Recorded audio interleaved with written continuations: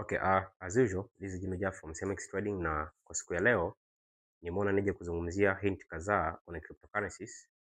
As we know kwamba cryptocurrency inakuwa too popular. So hii popularity, kujulikana kwake na kuwa kuzidi kupata umaarufu, kuna changamoto pia ambao watu wengi wanakuwa wanakutana nayo. Changamoto kubwa, a lot of people wanakuwa scammed. Wanakuwa wanaibiwa, wanakuwa wanapoteza hela.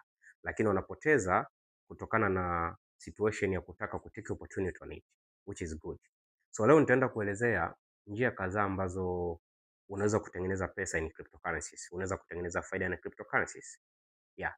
Njia ya kwanza ambayo inajulikana na iko very popular ni trading. Ni biashara ya kuuza na kununua.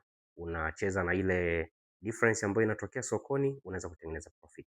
Lakini kwenye trading pia kumegawanyika. Kuna trading za aina kadhaa ambayo inajulikana zaidi ni spot trading, lakini kuna future trading, lakini pia nyingine kuna arbitrage trading. Yes, sana sana nitazungumzia hizo tatu. Na hizi trading za aina tatu pia kuna moja iko flexible na kuna zingine ziko too risky. So kuna watu wanaingia kichwa pia wanapoteza pesa. Njia nyingine ambayo unaweza kutengeneza pesa in crypto ni kupitia kufanya kitu kinachojulikana kwa jina la staking. Staking zinafanyika kwenye decentralized application na zingine kwenye centralized application kama exchange like Binance na zingine pia. Nyingine inajulikana kwa jina la mining. Kuna watu wanakuwa wanafanya mining, mfano mzuri tu hata Bitcoin yenyewe tu kuna watu wanaendelea kufanya mining, na tunajua mpaka sasa kuna Bitcoin takriban kama kuna Bitcoin kadhaa ambazo hazijawa mined yet. Lakini ukiachana na Bitcoin pia kuna currency zingine ambazo zinafanya mining pia. Yes. Njia nyingine ambayo tunaweza kutengeneza profit in crypto ni kufanya zile task to earn. Yeah, so kuna some decentralized applications ambao kama nilivyosema zinajulikana kwa jina la dApps, zinakuwa zinakuruhusu wewe kwenda kufanya task mbalimbali alafu wanakuwa nakupa rewards. Lakini hizo task zimegawanyika, kuna task to earn lakini pia kuna play to earn, ambapo kuna hii inajulikana kwa jina la Obsidian Games. Kwa hiyo njia nyingine pia ndio hiyo kwenda kufanya Obsidian Games, na yenyewe pia inafanyika kwenye hizo decentralized applications, ambapo unakuwa unaweza kucheza games, unaweza kushiriki michezo mbalimbali na kuweza kupata rewards, tunasema incentives. Njia nyingine ambayo ilikuwepo pia kwenye cryptocurrency za blockchain kwa ujumla inajulikana kwa jina la NFTs. NFTs ni tunasema non fungible tokens, ambapo kunakuwa kuna tokens mbalimbali ambazo haziwezi kugawanyika. Sawa, mfano kama picha zinakuwa zina thamani, aidha zinakuwa zinakupa nguvu ya kuweza kufanya kitu fulani. Understand, yeah? Zinakuwa zinakupa uwezo wa kuweza kufanya vitu fulani kwenye applications fulani na kuweza kupata rewards. Lakini sababu ya kutaka kutoa hii hint ni kwa sababu kubwa moja. Kwenye hizi njia ambazo zinatumika watu unaweza kupata kipato ni cryptocurrencies, kuna watu sasa wanaibiwa sana kila siku. Kwa sababu kuna matapeli, aidha kuna scammers ambapo wanatumia mfanano wa hizi njia, wanatengeneza njia ambazo ni fake, alafu wewe unakuja kuona okay, ni cryptocurrency nasikia kuna watu wanafanya task to earn, na mimi nimekuta huko mitandaoni na promote ngoja nifanye. Au unasikia ni cryptocurrencies kuna watu wanafanya trading na mimi nifanye. Sawa? Kumbe ni kweli target yako ni kufanya trading, lakini sehemu ambayo unataka kwenda kufanya ni sio salama. Kwa kinachokuja kufuatia unajikuta unapoteza pesa.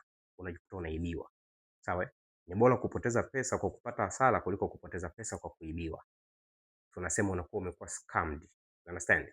Yeah, hata kwenye trading pia kuna some tradings sio salama kuzifanya. Mfano mzuri, kuna watu wanafanya sana hizi meme coins na kuna shit coins kadhaa. Sasa kuna zile zingine ambazo zinakuwa zimetengenezwa kimtego.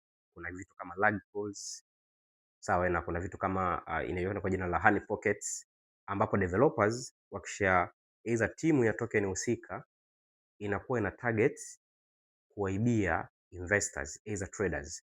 Kipindi wewe unapokuwa umeweka mtaji wako kwa lengo la kuweza kupata profit baadaye, kabla hujafikia kwenye muda wa kutengeneza hiyo profit, iweza kuchukua profit yako, unakuta mshakuwa lag pulled, unakuta mshapoteza kila kitu, timu imekimbia na tuseme imekimbia na project husika hizo imekimbia na liquidity yote. Kwa hiyo njia zote ambazo nimezitaja hapa, kuanzia trading, staking, easy task to earn, easy mining, easy mambo ya NFTs, games, hizo Obsidian Games, zote ni salama, lakini unaenda kufanya wapi? That is matter. Unapoenda kufanya sehemu ambayo sio salama, ndipo unakwenda kupoteza. Sasa kuna vijana wengi, kuna watu wengi, kuna a lot of scammers ambao wana take advantage. Wanajua kabisa kwamba people are eager on making money.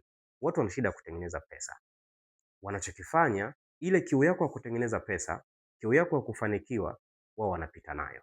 Sijui unaelewa vizuri? Yaani ukimkuta mtu ambaye ni mpambanaji anataka kutoboa kwenye maisha, wanajua kwamba una kiu ya kutoboa kwenye maisha. Wanachokifanya wao, wanapita na kiu yako. Yaani wanatumia kiu yako, desire to success, wanaweza kukuibia. Kwa hiyo, ninachoweza kusema ni kwamba knowledge come first and make sure unaenda sehemu ambayo ni salama, kwa sababu kipindi unapofikiria kutengeneza profit, kumbuka security of your capital matter the most.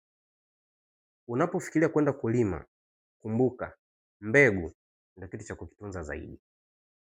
Aidha vitendea kazi ndio kitu cha kukitunza zaidi, kwa sababu in one way or another, usipofanikiwa kusecure your capital, utajikuta